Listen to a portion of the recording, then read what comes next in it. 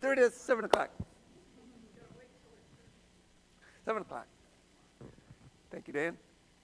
Okay, we're going to have prayer, and then we'll jump right into this. Father, thankful tonight for the opportunity to come together.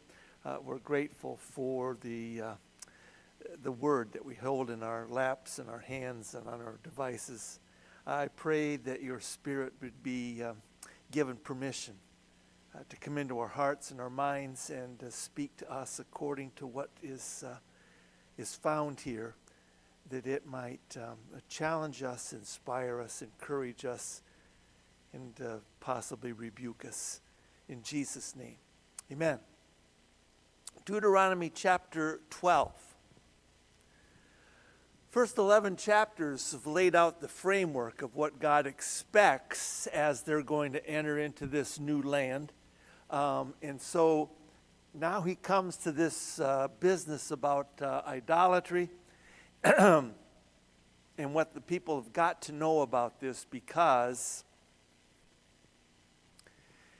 for 38 years or so, they have been in, we call it the wilderness. It was not desert, it was desolate, meaning that they were by themselves.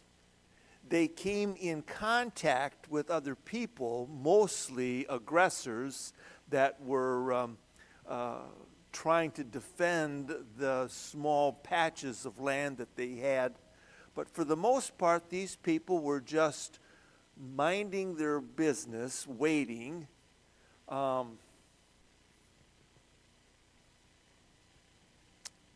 you ever done that? You've got an appointment, or you're supposed to meet somebody and you're there extra early. So you just kind of meander around, maybe sit down on the bench and watch people. That's always fun. But you're just killing time. These people had to kill time for 38 years. So they're just meandering about. The good part of that was it gave God an opportunity, and those people themselves, to see how much they loved him. It also enabled these people to get away from the idolatry of Egypt and just focus on themselves. We're going to find out that they didn't do that. But when they come into Canaan, it's a whole different ball game, because now every place they look, every place they turn, there is idolatry, because the Canaanites were just awful. So, first 4 verses. Norm, are you ready? Okay, chapter 12. These are the statutes and rules that you shall be careful to do in the land that the Lord, the God of your fathers, has given you to possess. All the days that you live on the earth, you shall surely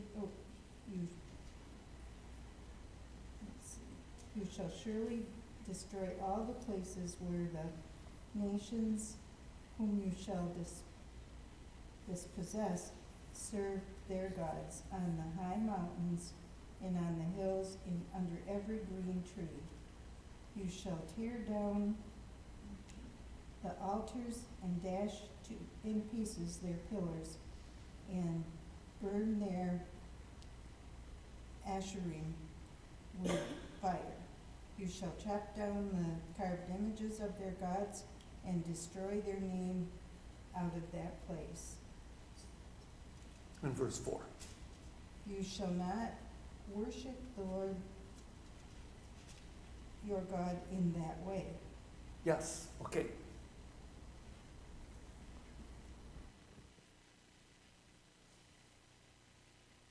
Notice that God doesn't say all religions are more or less equal. God doesn't say that you can worship him in whatever way you see fit. He doesn't say you can worship him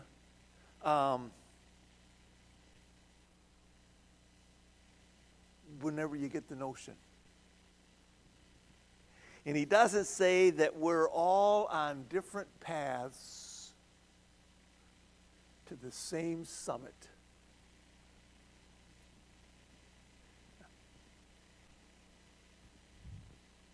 The normal practice in the ancient world,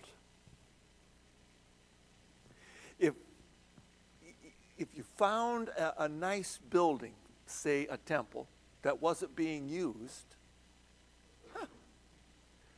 let's use it for our temple.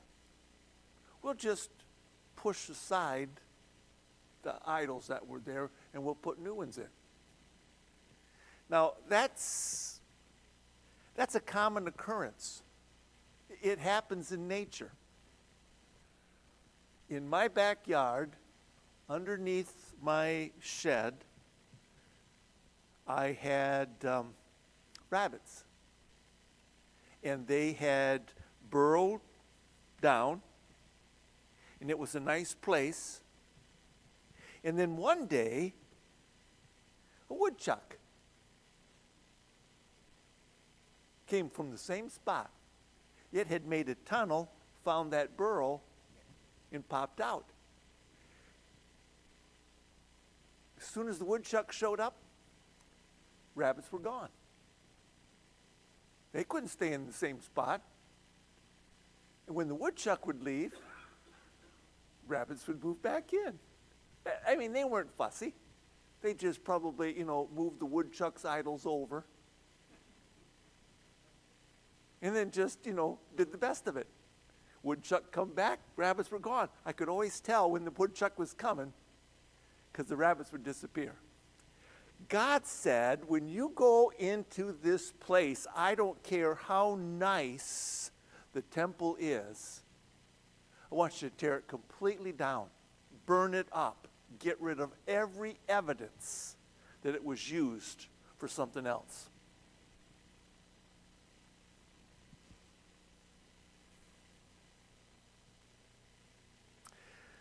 Part of our problem in our world today,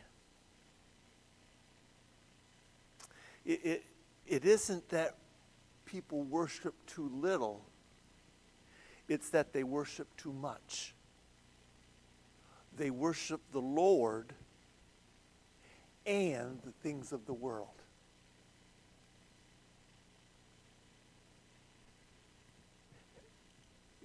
God doesn't want us splitting our worship. He doesn't want us to compartmentalize him in this little box and then go on and worship all the other things. What's the easiest definition of an idol?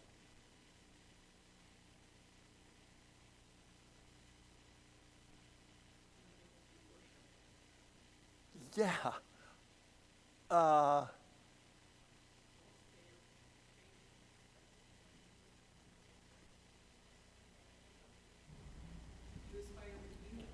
Something that you inspire to be like.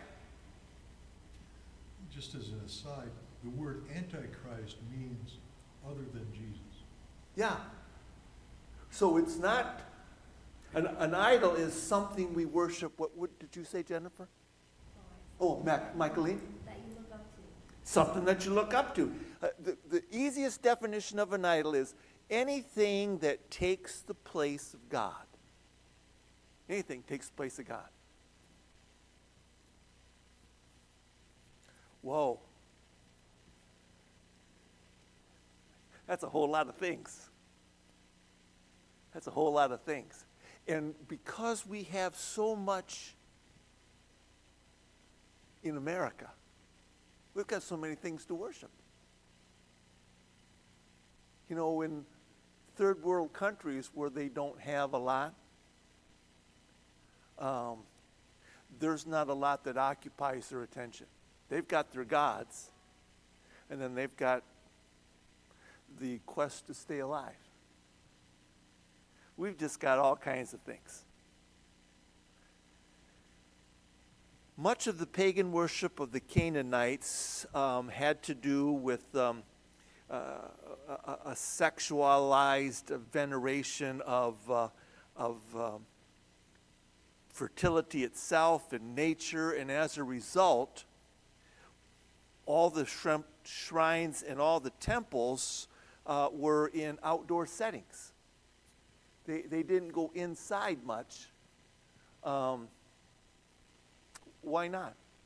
Why wouldn't you build something so that you could go inside to worship?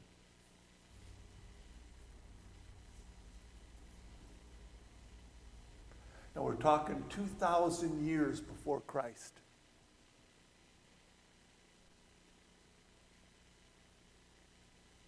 What was the main problem with being in a building?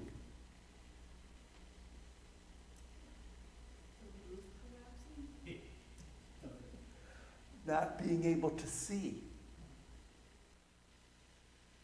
No electricity.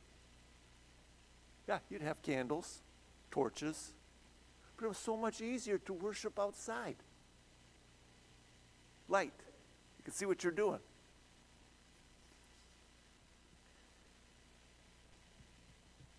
This placing shrines on mountains and hills and under leafy trees, boy, they talk about it all the time. And Israel began to copy that by the time we get past Solomon. Those kings after Solomon, the Israelites more and more were copying those other idols. Now,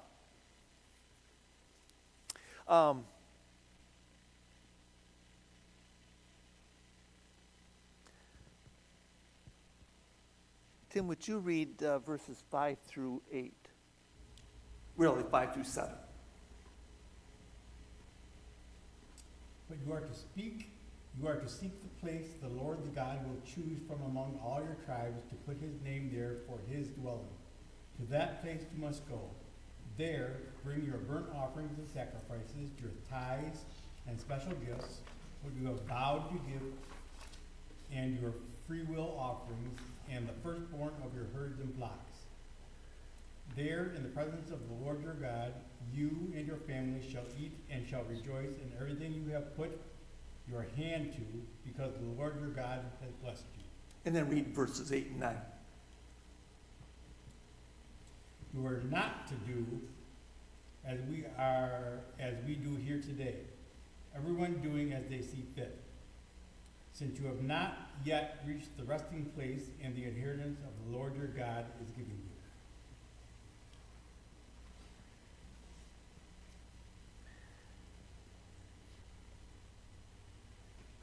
Look at verse 8 again that Tim read. What does that suggest?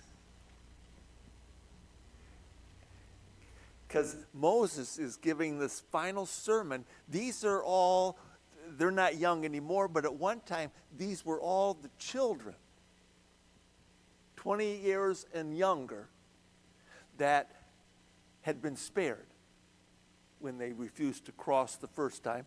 So these are all young people and their children and grandchildren. And what does Moses say in verse 8?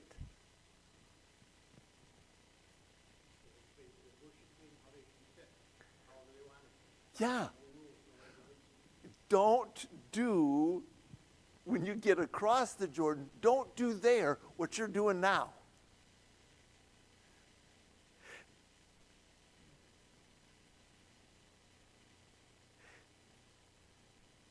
I find that so curious because Moses was the leader.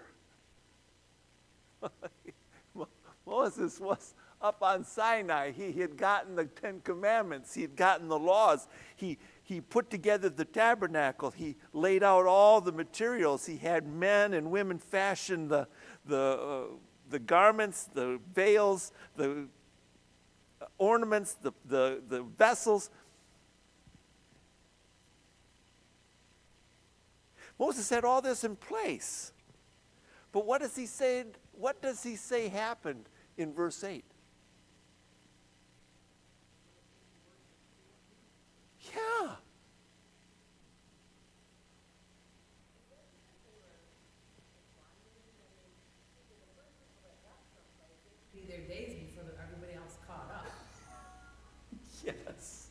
Good point, Pauline.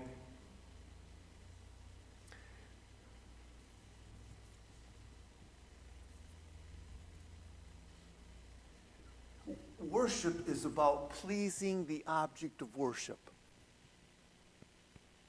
Worship is not about pleasing the worshipers. Worship isn't about us.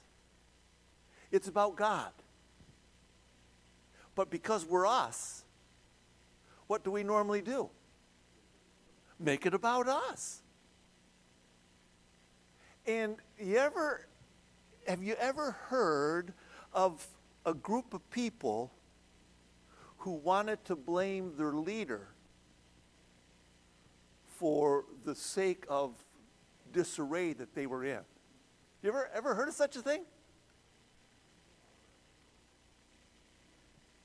Wild. It's just wild.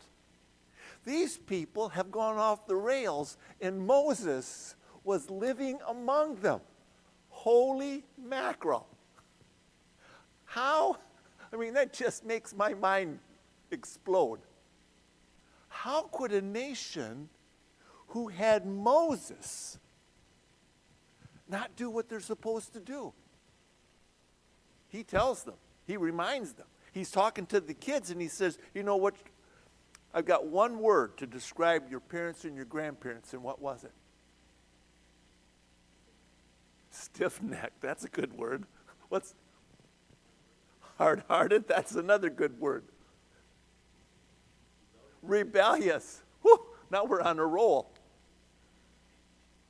Stubborn, thick-headed, selfish, self-centered, you name it.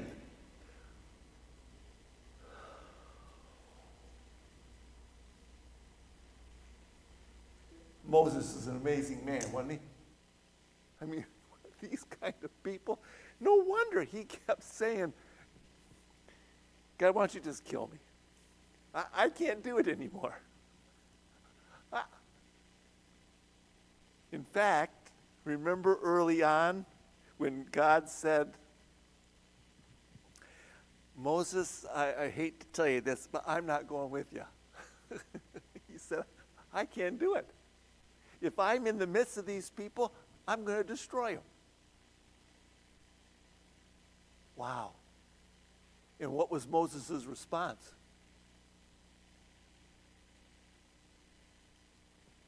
If you don't go with me, God, I'm not going either. Let's just start over. Wow. Now, it says in verse 5, they were to do what when it came to worship? Where were they supposed to go?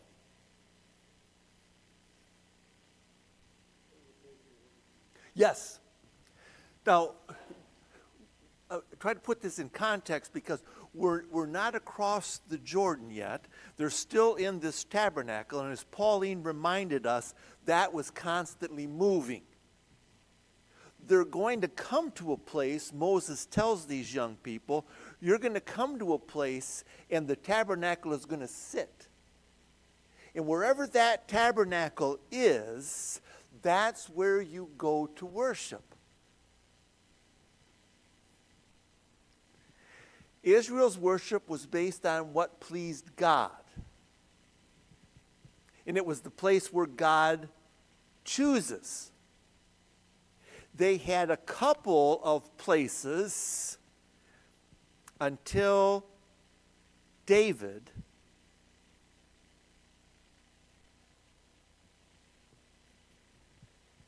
he put the tabernacle in Jerusalem. But that wasn't good enough for David.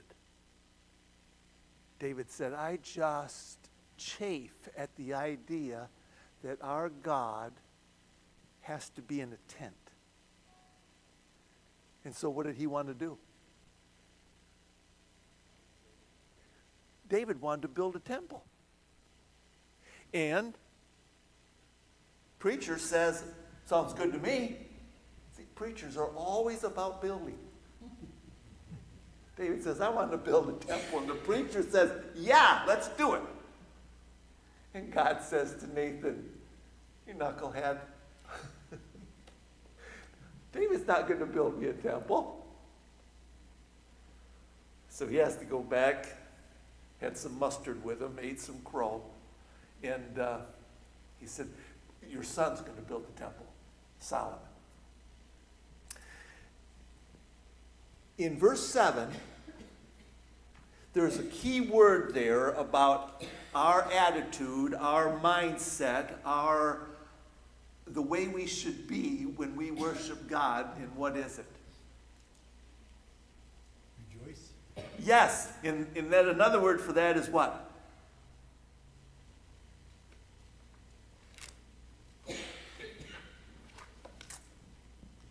Three letters. Jesus, others, yourself. Joy. That's from an old time ago. Did you ever hear that when you were a kid? Joy. Jesus, others, and yourself. That's a good way to have joy when you think about that. And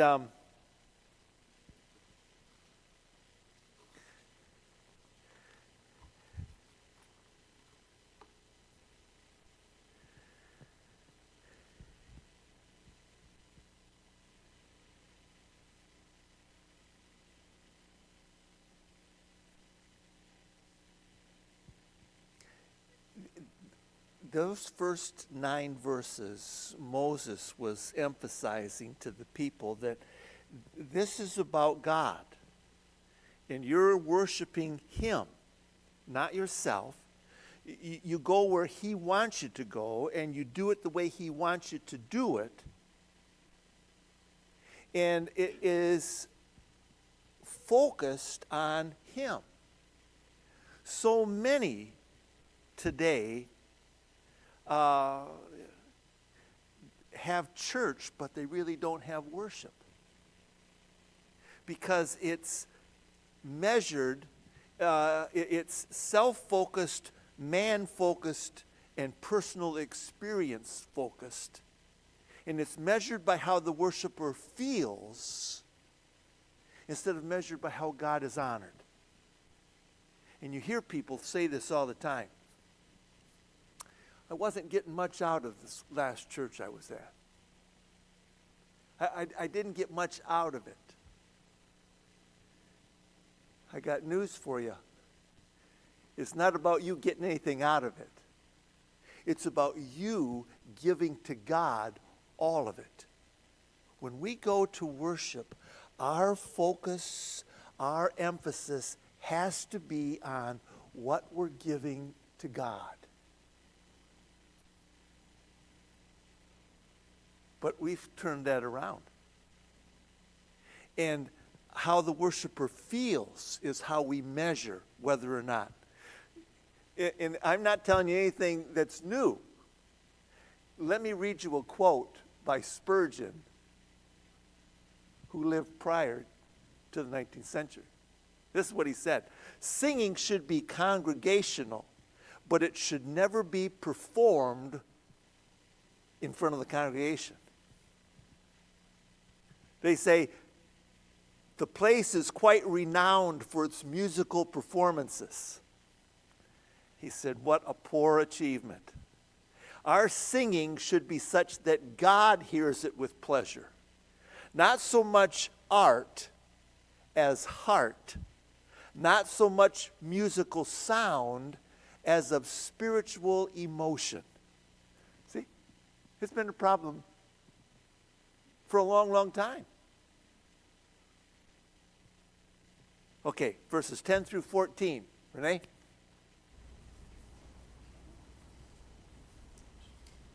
But you will cross the Jordan and settle in the land the Lord your God is giving you as an inheritance. He will give you the rest from all your enemies around you, so that you will live in safety.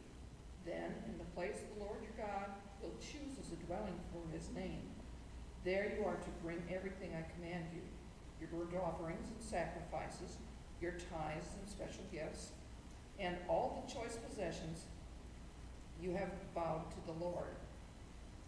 And there rejoice before the Lord your God, you, your sons and your daughters, your manservants and maidservants, and the Levites from your towns, who have no allotment or inheritance of their own.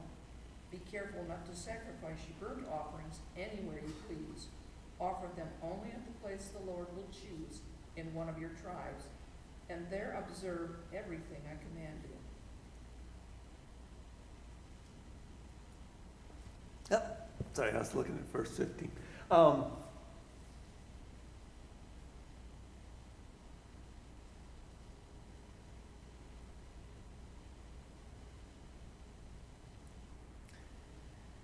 In verse 11, verse 12,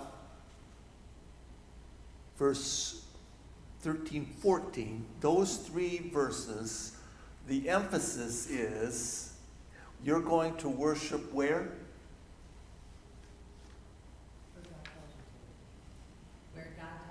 Where God tells you to. A particular place.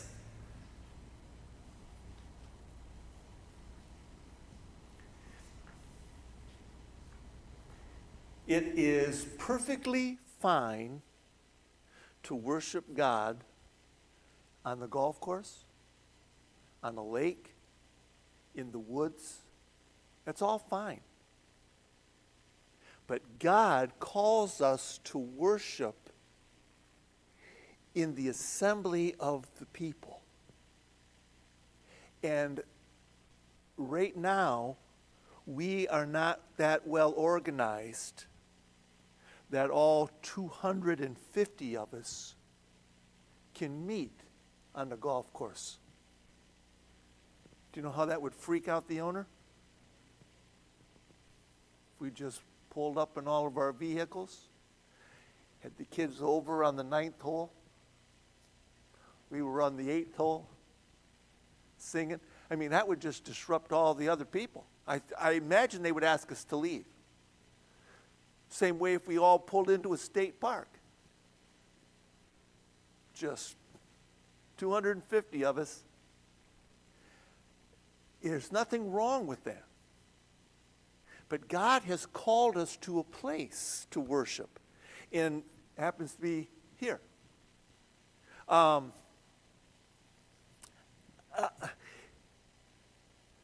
Baby boomers, that's us.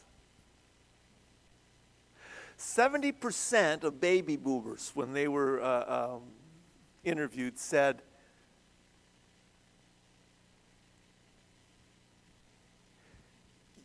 you shouldn't go to church out of a sense of duty, but only if it meets your needs. 70% of baby boomers say, you shouldn't go to church out of a sense of obligation, only if you feel like it. 80% said you can be a good Christian without ever attending church. And that's where we are today. And one of the things that have hurt us, now hear me, right there you are looking. Because you might be going someplace. I don't know who you are, where you're at, what you're doing. Sitting there on your couch listening to me, or you're driving in your car. When COVID hit, churches scrambled and they came up with a marvelous thing. I'm amazed. We got a graphic sent to the staff on their emails that talked about where people are listening to Plainfield from. It's all over. I mean, there's Cedar and Sparta and Rockford, but there's also Detroit, there's Traverse City. In the 1.5% of people that are listening are from Plainfield, Indiana. That cracks me up. I know they're from Ohio, I know they're from Florida, but what the tragedy is, now, because of cameras, so many people can just stay home and say that they're going to church. And the problem with that is, not that it's bad to listen to me, for heaven's sake, not that it's bad, but you're missing something when you don't come together with other Christians. I mean, I just love to get here and watch as you all come in, because you immediately start talking to your friends. You can't do that when you're listening to the computer. That's what, and God knew that. And then joy. Again, he talks about joy. All Christian duties should be done joyfully. Again, listen to what Spurgeon said. He says, I've been in congregations where the tune was so dull, where the time was so slow, that one wondered whether they would ever be able to finish singing the song. The spirit of the people seemed to be so damp, so heavy, so dead, we might have supposed they were there to prepare their minds for a hanging, rather than blessing the ever-gracious God. He's writing 200 years ago.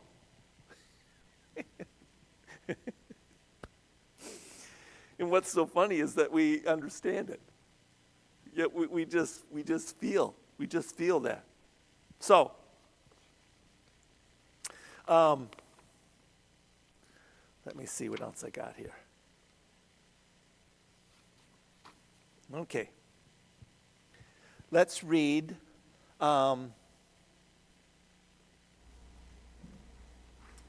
Jennifer, would you read verses 15 through 19, please? Nevertheless, you may slaughter your animals in any of your towns and eat as much as the meat as you want, as if it were dazzle or beer, according to the blessing the Lord your God gives you. Both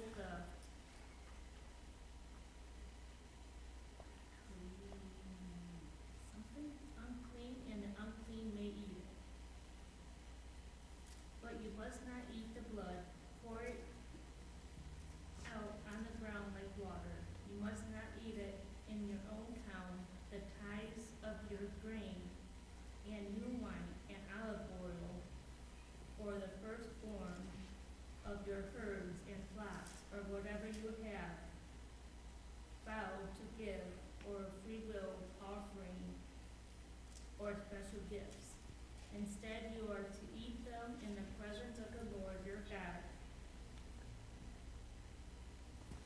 at the place of the Lord your God will choose you, and your sons and daughters, your male and female servants, and the Levites from your towns, and you are to rejoice before the Lord your God in everything you put your hands to. Be careful not to neglect the Levites as long as you live in your land.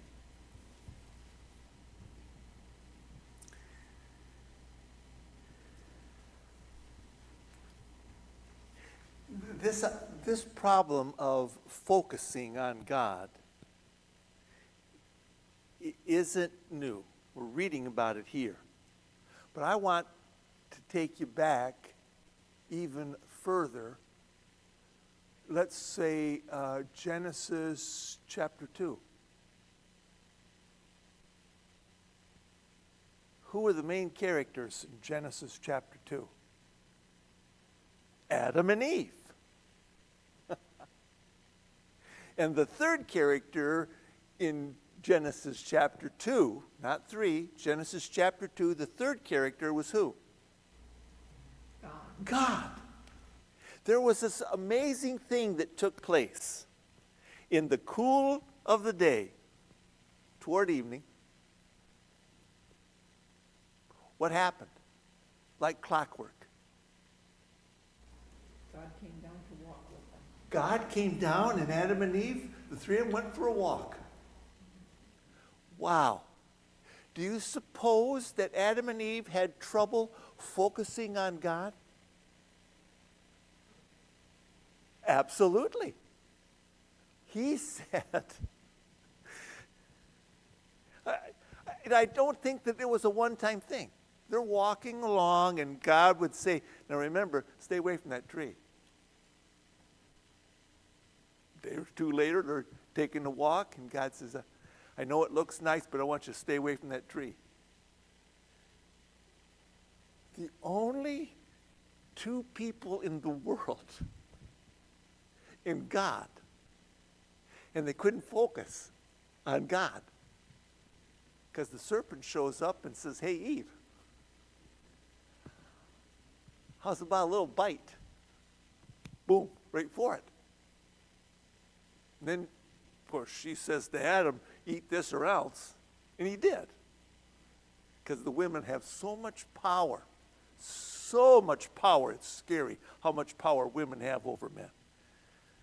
So she said, here, eat this and die, and he did. And he did. So this business of focusing, man, Adam and Eve. You know, Israel's given the same offer. God says, through Moses, I want you to focus on God and worship him. And they're going to have trouble with that. So, let's read verses 28 through 32.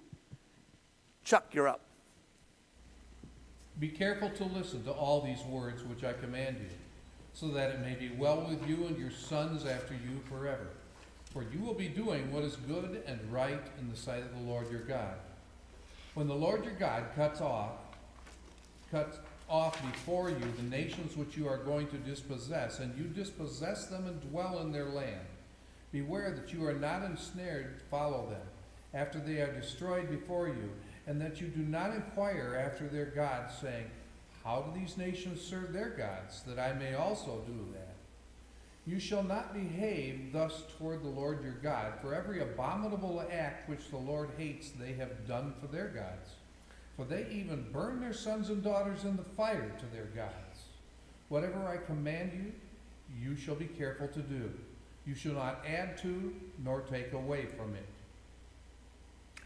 We know from Scripture, especially when we get into Joshua and Judges, that pagan nations determined which was the most powerful God. How? How did pagan nations determine whose God was more powerful? Whoever won wars. Whoever won the wars. That's what makes the Israel fascination with Canaanite gods so strange. Of all of the battles fought between Israel and the Canaanite nations, whose God always won? Israel's. Well, by logic of the pagans, whose God was the strongest? Israel's God. So why are they interested in worshiping number two when they were supposed to be worshiping number one?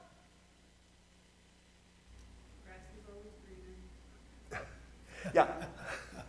Obviously, it was not because of that God's power or theology, but because of the immorality that God proposed. And what is even more difficult to comprehend was one of the idols, one of the gods that the Canaanites chased after the most was the god called Moloch. god called Moloch. Moloch was a god of fertility. They have different heads that fit on him, but his body was always the same. He stood upright. He had a great big belly, and they made these gods, Moloch, out of brass. Great big belly on him. And they would feed wood into this belly until that brass glowed. It was so hot. He always had his arms out like this. And the sons and daughters of Israel, the Canaanites did it. That's how they learned how to do this worship. They would take their babies and their toddlers, and they would place them on those red-hot arms, and then they would beat drums loud enough so they couldn't hear their children scream. Unbelievable, isn't it? A God as powerful as the God of Israel, and they can't wait to worship this God that wants to kill their children.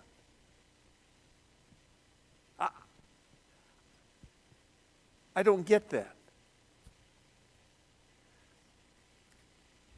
Solomon sanctioned the worship of Moloch in Israel because he built a temple for one of his wives. Smartest man in the world. And his wife said, "Hey, honey, could you build one of those for me?" "Well, sure." King Ahaz of Judah, he gave his own son to Moloch. One of the great crimes of the northern tribes of Israel was their worship of Moloch, and that's why God brought the Assyrians in to wipe them out. King Manasseh of Judah gave his son to Moloch.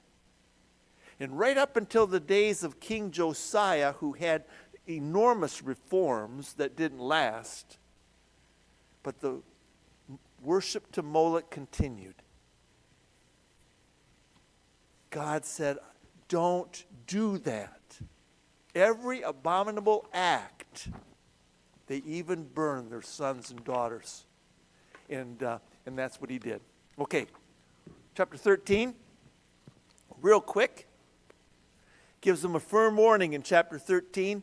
Brian, you got your reading glasses on. Read the first 2 verses. If a prophet or a dreamer of dreams arises among you and gives you a sign or a wonder, and the sign or wonder that he tells you comes to pass, and if he says, let us go after other gods, which you have not known, and let us serve them. 3. You shall not listen to the words of that prophet or that dreamer of dreams, for the Lord your God is testing you, to know whether you love the Lord your God with all your heart and with all your soul. When Jesus came to this earth and started his ministry, time after time after time after time after time, the religious leaders would watch him perform a miracle, and they would accuse him of being what? Fake, false prophet, sorcerer. Now, and they would always quote Deuteronomy. but there's a caveat in here, chapter 13. He is a false prophet if he does what? Says what? Release God. You're close. If this prophet, sorcerer that performs miracles, don't listen to him if he says what? Follow other gods. Let's follow other gods. Jesus never said that.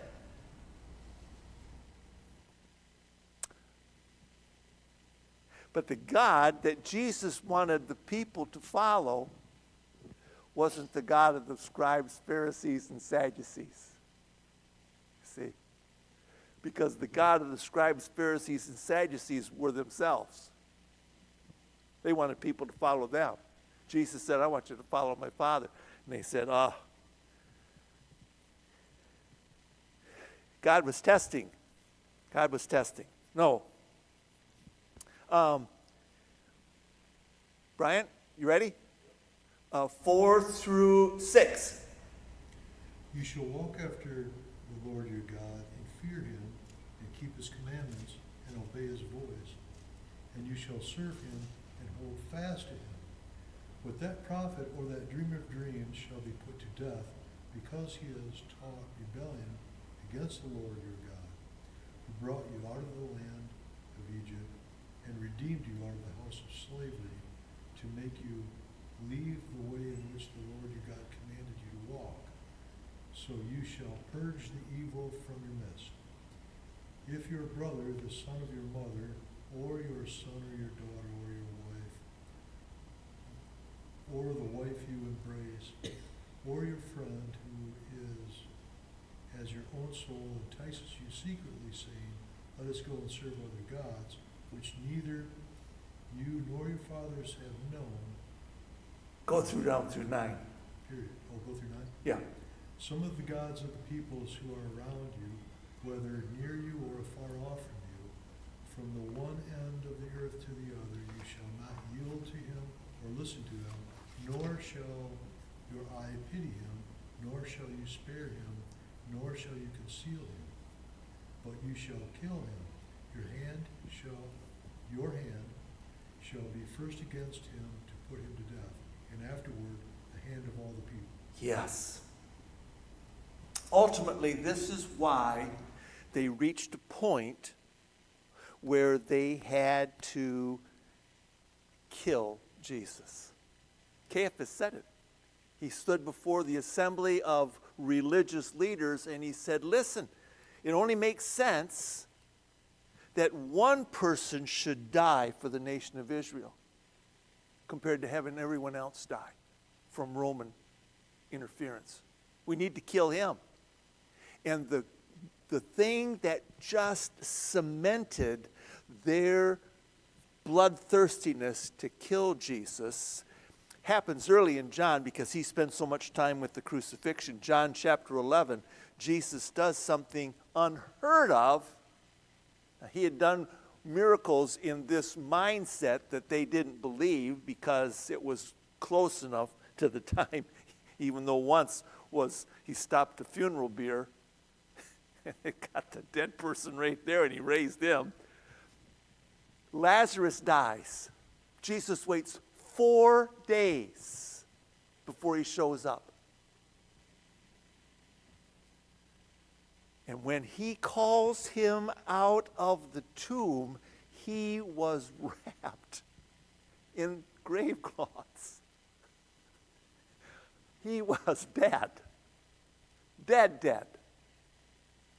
And as soon as they found out that Jesus had raised Lazarus from the dead, they said, we have got to kill him in a hurry. Because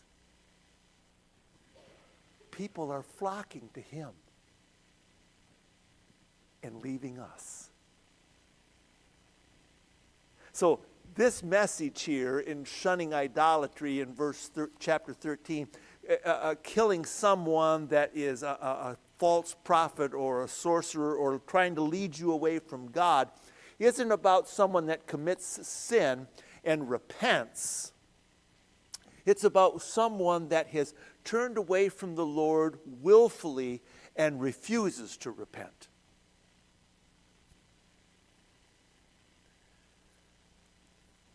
And we're talking here about the children of Israel. We're not talking about pagans. We're not talking about Gentiles. We're talking about the children of God willfully turning and refusing to repent. And they were lost. Okay, chapter 14.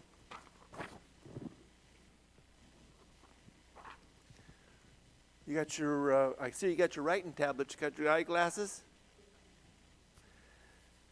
Okay, why don't you read, is 1 through 29 too much? How about, go ahead, go for it. You are the sons of the Lord your God. You shall not cut yourselves or make any baldness of your foreheads for the dead. For you are a people holy to the Lord your God, and the Lord has chosen you to be a people for his treasured possession out of all the peoples who are on the face of the earth.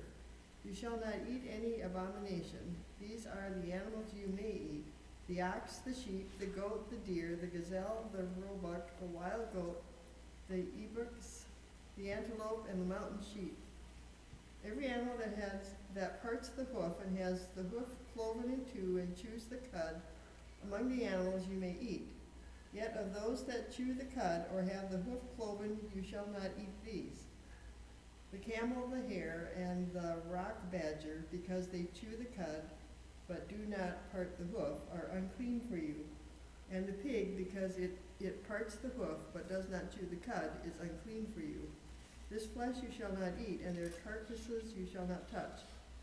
Of all that are in the waters you may eat these: whatever has fins and scales you may eat, and whatever does not have fins and scales you shall not eat. It is unclean for you.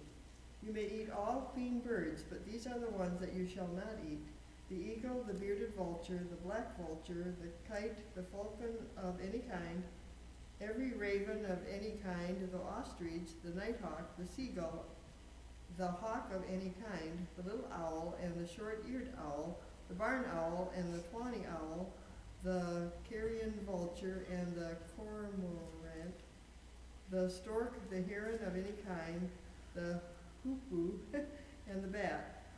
And all winged insects are unclean for you; they shall not be eaten. All clean winged things you may eat. You shall not eat anything that has died naturally. You may give it to the sojourner who is within your towns, that he may eat it, or you may sell it to a foreigner. For you are a people holy to the Lord your God. You shall not boil a young goat in its mother's milk. Okay, stop right there. Stop right there. Moses is telling these people, when you get into this new land, you're going to come against all of these Canaanites, and I want you to remember that I've told you already, the reason God is giving you this land isn't because you're more righteous than anybody, because you're not. The reason that you're getting this land is because these people are so immoral. They're even more immoral than you are. And that's bad. What I want out of you people is to act different, to talk different, to think different. In fact, I want you to dress different. And get this, I want you to eat different. So when you sit down at a meal and your neighbor's over there and they're having something detestable and they pass you the plate, say, oh, can't do it. I don't eat that stuff. What? We do the same thing today.